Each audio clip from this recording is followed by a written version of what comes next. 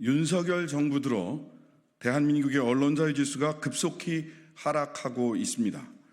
공영방송, 준공영방송에 대한 장악 시도, 선거방송심의위원회의 과잉 제재와 표적심의, 방송통신위원회와 방송통신심의위원회의 권한 남용 등 윤석열 정부의 언론 장악과 통제는 노골적이었고 거침이 없었습니다.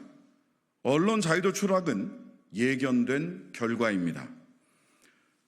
조국 혁신당 신장식 의원 이혜민 의원은 방송통신위원회 불법적 운영을 막고 기능을 정상화하여 언론의 자유를 확보하기 위한 입틀막 방지법을 추진하고자 합니다. 한동훈 특검법에 이은 조국 혁신당 쇄빙선 2호 법안이자 신장식 의원의 1호 법안입니다. 입틀막 방지법은 김홍일 방송통신위원회 위원장 탄핵소추안과 방송통신위원회의 설치 및 운영에 관한 법률 개정안으로 구성됩니다. 이는 방송의 자유, 공공성, 공익성, 독립성, 공정성을 회복하기 위한 것입니다. 특히 김홍일 방통위원장에 대한 직무유기와 직권남용에 법적 책임을 물어 탄핵하는 것은 방송통신위원회 기능을 정상화하는 시발점이라는 점을 분명히 합니다.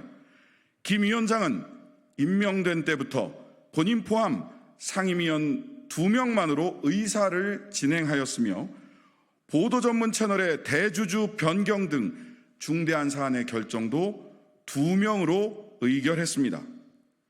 방송통신위원회는 방송의 독립성과 중립성을 보장하기 위해 대통령 소속 합의제 행정기구로 설립된 기구입니다. 입법 목적과 취지를 고려하면 2인만으로 중대 사안을 의결한 것은 명백한 방송통신위원회의 설치 및 운영에 관한 법률 위반 행위입니다.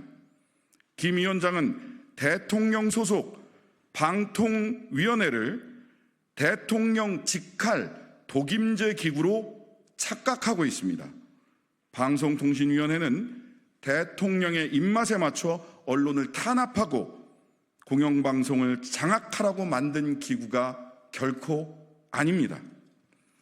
만약 탄핵 이후 새로운 위원장이 또다시 제2, 제3의 이동관, 김우일이 되어 듣도 보도 못한 불법적 2인 방통위 체제를 반복한다면 탄핵안 역시 반복해서 제출될 것입니다.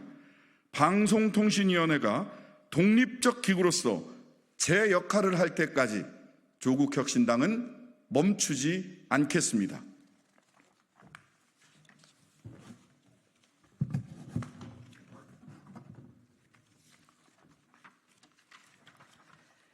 방송통신위원회의 설치 및 운영에 관한 법률 개정안은 방송통신위원장에 의한 불법적 행위를 원천적으로 막기 위한 것입니다.